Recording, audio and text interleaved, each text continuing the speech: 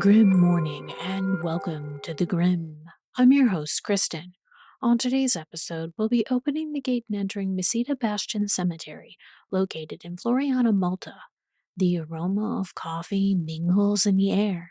The gates stand open. Step carefully. It's time to descend into the hauntings of history.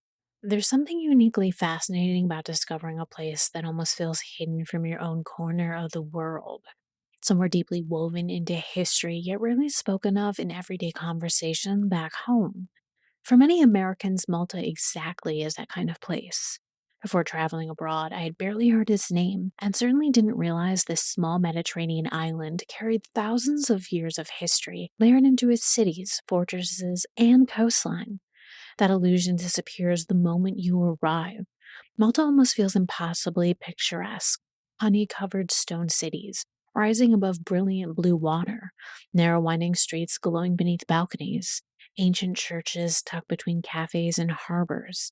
It has the warmth and rhythm of the Mediterranean, but beneath the beauty is something older and far more alluring. Unlike destinations primarily built around beaches or resorts, Malta feels like a living historical archive. Phoenicians, Romans, Knights of St. John, the French, and the British all left pieces of themselves behind. In cities like Valletta and Medina, history isn't confined to museums. It surrounds you completely and you walk through it with every step. For anyone drawn to history, architecture, or the strange feeling of standing somewhere ancient enough to make your own life feel small, Malta feels almost unreal. It's the kind of place that quietly reshapes your understanding of the world, not through spectacle or access, but through the sheer weight of its history, layer upon layer of civilizations, empires, sieges, and stories exist here, pressed into stone beneath the Mediterranean sun.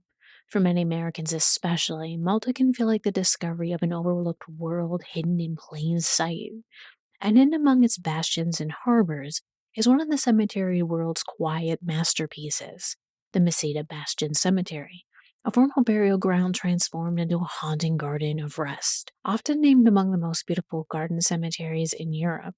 Perched high within the old Floridian bastions, where the limestone walls of Valletta overlook the still blue waters of the Marsham harbor, the cemetery feels less like a burial ground and more like a forgotten sanctuary suspended between empires. Today it's known simply as the Masada Bastion Cemetery, though for generations it was simply called the British Cemetery, a quiet remnant of Malta's years beneath the shadow of the British Crown.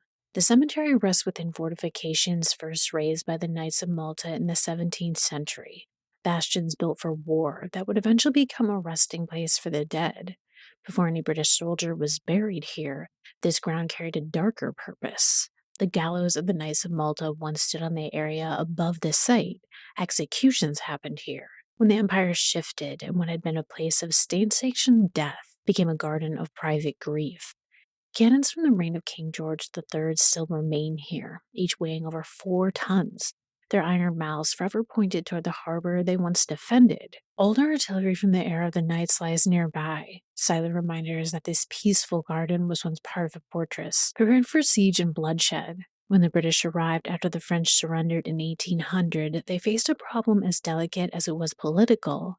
Malta was deeply Catholic, and burial customs were sacred. Rather than construct grand Protestant cemeteries that might provoke unrest, the British quietly claimed abandoned stretches of land beyond the villages and transformed them into burial grounds for their soldiers, merchants, civil servants, and families. Msida Bastion became one of those hidden cemeteries, and the only survival of 4 once scattered among the Florian walls. The first burial dates back to 1806. From the beginning, the cemetery carried an unmistakably British character. Neoclassical tombs rose among the bastions, carved with urns, angels, broken columns, laurel wreaths, and symbols tied not only to grief, but to Freemasonry and empire. These monuments felt strangely out of place beneath the Mediterranean sun, fragments of Georgian Britain transplanted into Maltese stone. More than 500 souls were eventually laid to rest here. Most were British soldiers and their families, though among them rest Russians, Germans, Italians, Swiss, Americans, and Maltese citizens. Some died young from disease, others survived wars only to perish on distant shores far from home.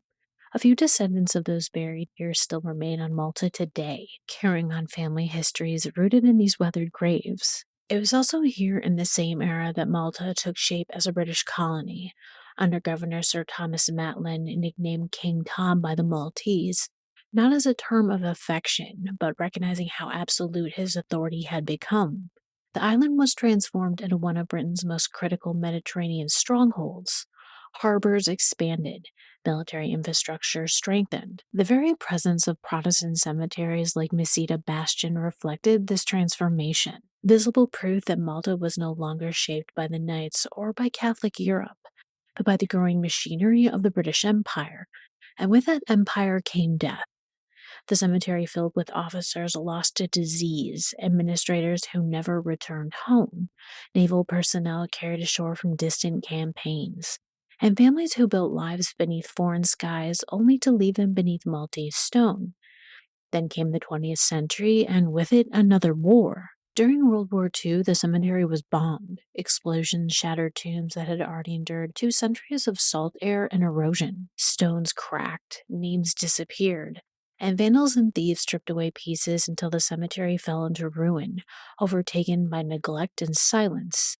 By the late 1980s, the site stood on the edge of oblivion, but the dead were not abandoned forever. In 1988, the National Trust of Malta joined with the Maltese government and the British High Commission to rescue the cemetery from collapse. Volunteers spent decades painstakingly gathering more than 20,000 fragments of shattered stone, rebuilding monuments piece by piece like archaeologists, reconstructing memory itself.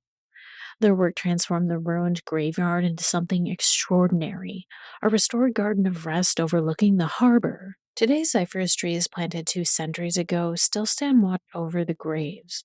Wildflowers and Mediterranean trees grow between the tombs.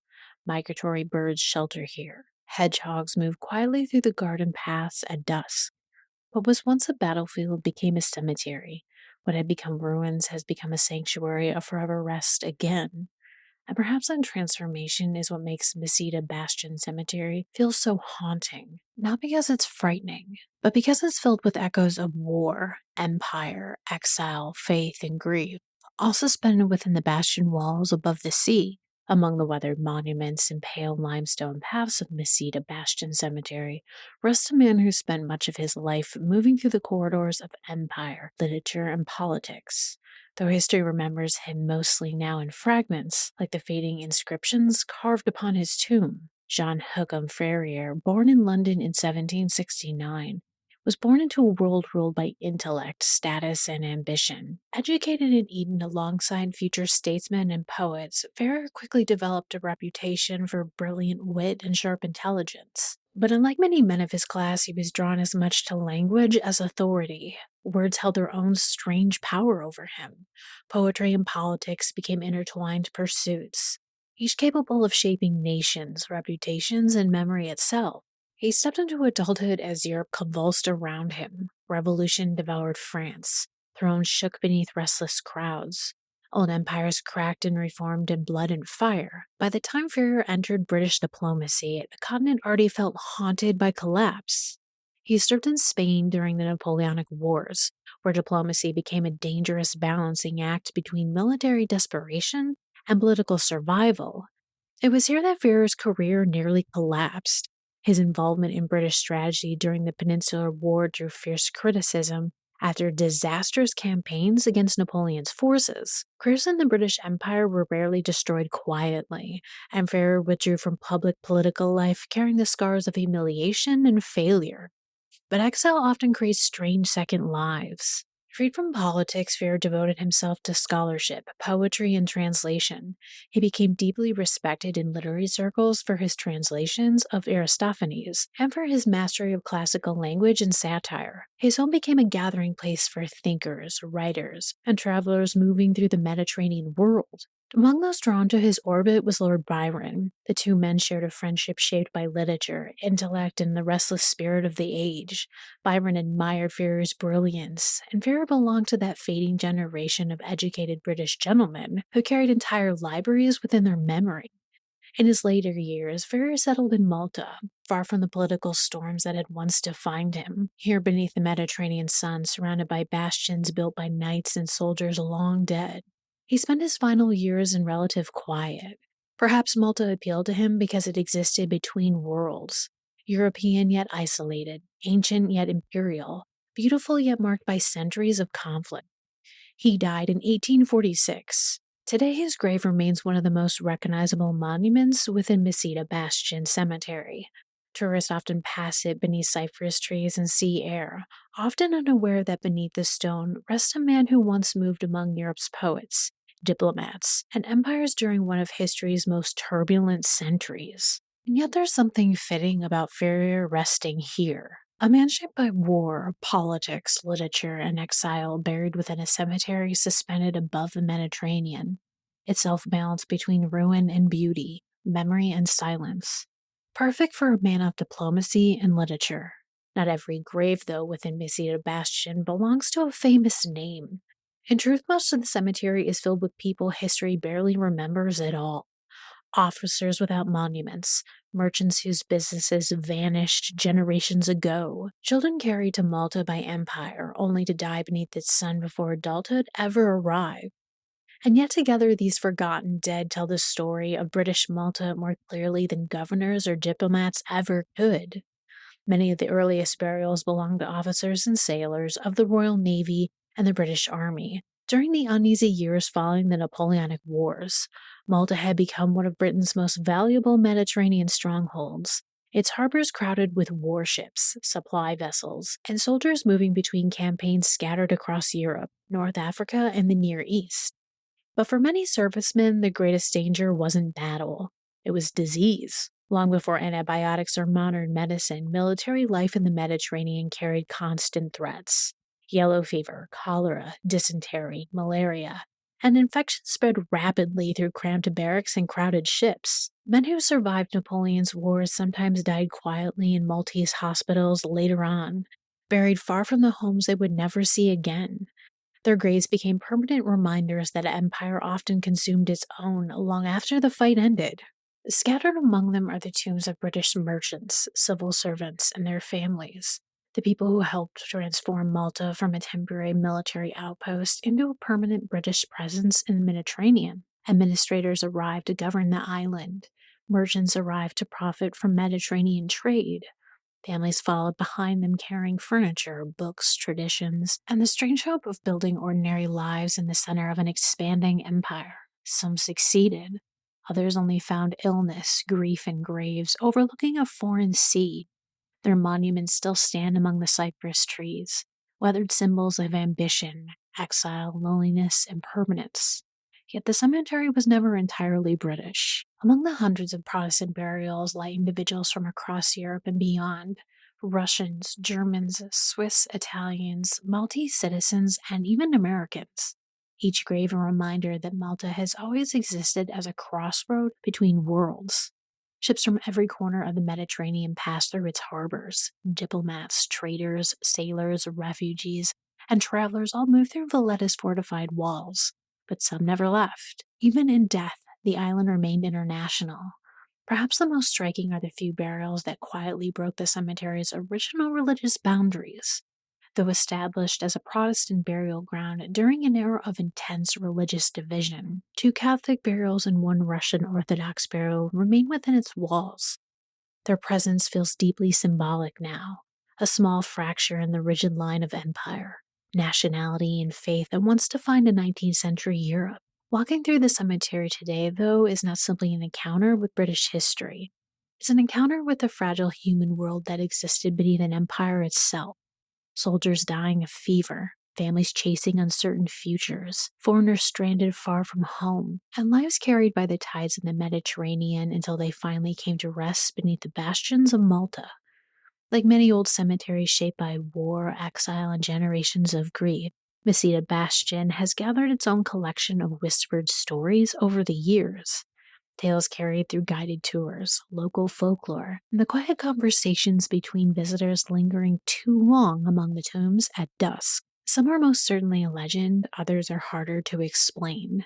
Among the oldest stories are reports of what visitors describe as wailing voices drifting through the cemetery gardens after dark. The sound is said to echo faintly between the neoclassical mausoleums and weathered stone monuments overlooking the harbor, low mournful cries resembling grief more than terror. Some who pass near the cemetery walls at night claim the voices seem to rise and fade with the sea wind itself, as though the harbor carries the sorrow of dead back toward the bastions.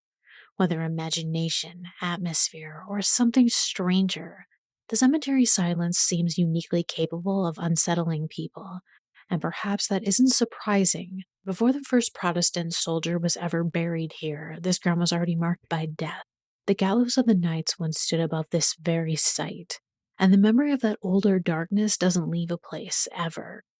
The cemetery nightly tours, still held by the warden each summer, include stories of suicides, duels, and murders among the graves. Military life in the 19th century had a brutal undercurrent that rarely made it into official records. Men far from home, trapped by discipline and isolation, sometimes turned the violence of empire inward. The duel remains the most romanticized of these deaths. Two men meeting at dawn over a matter of honor that would be forgotten within a generation, both of them buried far from England beneath the Mediterranean sun. One of the most tragic stories connected to this site centers on a young boy buried here, dying on Christmas Day in 1871, the last known burial in the cemetery. His name is faded from most records. In 2012, witnesses reported seeing the figure of a child standing silently outside the cemetery wall before vanishing moments later. Whether the story is true or simply the kind of tale a place like this generates naturally, it carries its own weight. He was the last, the gate closed after him, and perhaps that part of the imagination cannot accept that a child should be the one to close a century of grief. And then there's the grave of Mikiel Anton Vassalli, or rather the absence of one. Vassalli remains one of Malta's most important historical figures, a philosopher, writer, and a fierce advocate for the Maltese language and identity. He translated the New Testament into Maltese against the explicit will of the Roman Catholic hierarchy. The church never forgave him for it. When he died in 1829, he was denied burial on consecrated Catholic ground and laid to rest instead among the Protestant dead of Msida Bastion. For over a century, most people believed he was buried somewhere else entirely. Then in the 1980s, historians began to question that assumption. Church records were examined, arguments grew heated. Eventually, the records confirmed it. Vassalli was here all along. His rediscovery is what triggered the entire restoration effort of Msida Bastion. The decades of volunteers, the 20,000 fragments of reassembled stone, and the garden that exists today. But there's one final layer to this story. No one knows exactly where within the cemetery Vassalli rests. His precise location has never been found, somewhere among these restored paths and weathered monuments, beneath the cypress trees and Mediterranean sky. The father of the Maltese language lies in an unmarked grave, a man who devoted his life to preserving his people's voice, buried anonymously among strangers, in a cemetery that exists today in part because of him. In many ways, Vassalli's burial captures the strange soul of Msida Bastion Cemetery itself, a place where identities blur, empires fade, and the dead remain suspended between worlds long after history has moved on. For now, the stories of Msida Bastion slide back into stone, and the dead return to their uneasy rest. Thank you for walking with us through the veil into Msida Bastion Cemetery, descending once more into the hauntings of history. The gate is sealed, the veil drawn, yet death keeps no calendar, and so we shall return, as we always do, on the Grim.